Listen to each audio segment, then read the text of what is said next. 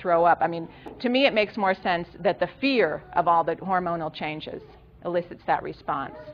And here again it gets back to the fight-flight response. What happens when you're afraid, say you have to get up and give a speech and your mouth gets dry? The reason your mouth is getting dry is because with the flight-fight response, the first thing that happens is you shut down digestion. Okay? Your body says, oh, I got to run now or fight. I don't need to digest food. So when you're in a state of anxiety, you click off that, you stop producing saliva. So your mouth gets dry, you got to give a speech. Why should your mouth get dry when you have to give a speech? But that's why, because the digestive system has been shut down. You shut that down often enough, it's going to have a serious effect on your digestive system. Basically what happens is the food just sits in your stomach undigested. And then pretty soon you start throwing up and you say, gee, pregnancy causes me to throw up, not seeing that continually triggering the fight-flight response shuts down digestion. So there are many, many things related to the fight-flight response. Many of our physical and emotional problems are caused by this. So during my pregnancy, I just worked with, I said belief suggestions, and here again they are suggestions. They call them belief suggestions. They're not, you don't have to scream them, or some people say, oh, it takes tremendous faith to do this, or you have to try so hard. One mistake I see people making is praying so hard. People will say, I prayed so hard to have a good birth, or I got everybody to pray for me. Why? What are you really saying when you say that you prayed so hard? What you're basically saying is that you think birth is, on its own, will go wrong. But if you pray really hard, that maybe you can make it go right. So whereas I think that birth on its own will go right if you just let it. So when I see people saying, or I know people who say chant, and they say, oh, I chanted for 3 hours, you know. Well, it's your faith in the chanting, first of all, I think, that does it. Whatever it is, you know, if you believe in the chanting, then fine. But I don't think you need to spend hours and hours saying these suggestions or saying prayers. It's just more just affirming, yes, this is what I want, this is what I can create. So my birth with John was pretty easy. He was born, I had some friends there. We had a filmmaker and, let's see, 3 of our friends. And basically it was sort of a party atmosphere. And everybody was just sitting around sort of having a good time. And I was sitting on the toilet for a good amount of it because that's where I like to be when I'm in labor. It just feels like the place to be. And so I reached down at one point and felt John's face at my perineum, and it wasn't even until probably a few years ago that somebody said to me when I was telling the story, and they said, oh, he was a face presentation. You know, like that's not the way they're supposed to be born. I said, oh. I mean, I really didn't know this until that they're not supposed to be born face first, until years later, until even after I had written my book.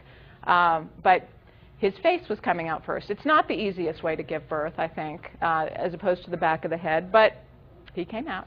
When I felt his face, I walked over to the bed, and I got down on my hands and knees, and I heard a voice very clearly say to me, don't turn over, because I had planned on giving birth on my back.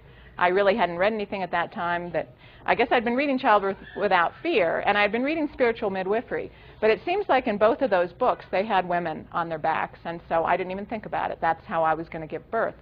But I very definitely heard that inner voice say, don't turn over. And I didn't, and John came flying out. And this is what Michel Odent says, a true fetus ejection reflex. A lot of the time, babies will shoot out of there. And, I mean, there was force behind that.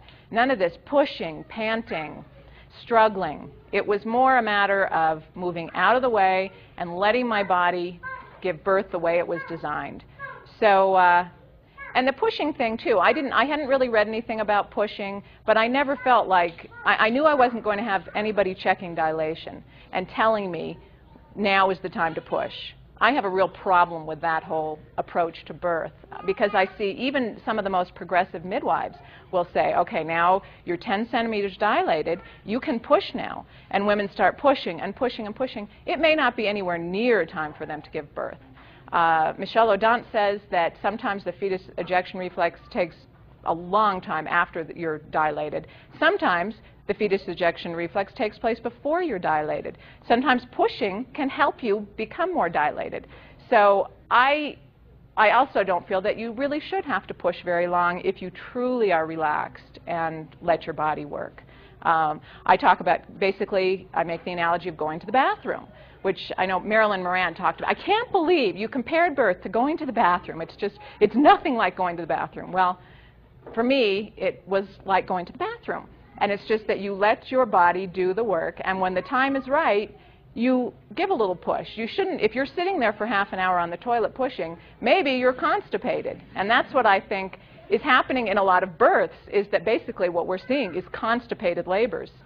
And and another interesting thing about pushing is that women, up until the 1920s, women were not instructed to push. Babies basically were coming out. But then they decided in the 1920s that labor was dangerous for babies. This is what they said. And so they started encouraging women to push, to get that baby out quickly. It used to be, at one time, they encouraged women to start pushing from the onset of labor. Like from the time they felt the first contraction, they started telling women, start pushing. Well, you can imagine what this did to women's bodies. So there have been all kinds of strange beliefs about birth that the medical profession has had at one time or another. And I think that the beliefs that the medical profession has about birth now, in 100 years, people will look back and see how barbaric it is. But we can't wait for them to wake up. You know, we are the ones who are waking up and seeing that, no, their whole approach to birth is just wrong. So, anyhow, he was born very easily. With my next birth, I decided so he came flying out into David's hands. David caught him in midair before he landed on the floor. And so it was very quick and easy. My placenta probably came out about 45 minutes later. I never made a big deal about, oh, how long has it been since the placenta? People, it's another thing they freak out about in the hospital. Well, you got 15 minutes at the most. If it's not out, we're going to start doing things to make it come out. And even the most progressive midwives I will see kneading on women's bellies after the birth. We got to get that, there'll be blood clots. We got to get that placenta out. And I know women who have hemorrhaged after having their bellies kneaded. I never kneaded my belly. I just nursed my baby, and maybe 45 minutes later, I got up, went over to the toilet, sat down, the placenta came out. My husband reached in, got the placenta, took it out to the woods, and that was that. So with my next birth, I decided I would give birth on my hands and knees because that had worked so well. And then I had a dream during the pregnancy that I was watching a woman standing up, catching the baby herself, and she was standing up over a little plastic bathtub. And I heard a voice in the dream say to me, tell her to remember not to do too much. That it's not, that it basically, birth is sort of a non-event. I mean, you don't have to do anything. And so I said, okay, I really felt like I grasped the message of the dream. And I also decided that I was going to give birth standing up over a little plastic baby bathtub. And as I say in my book, I don't follow every dream. I don't think that every dream is literal, but this dream felt very literal to me. So when I went into labor with him, it was about 7:30 in the morning, and I had a very easy pregnancy with him. Dave and I made love, which at the time I didn't realize is a good thing to do in labor, but as Marilyn Moran writes about, there's a hormone in semen that softens the cervix and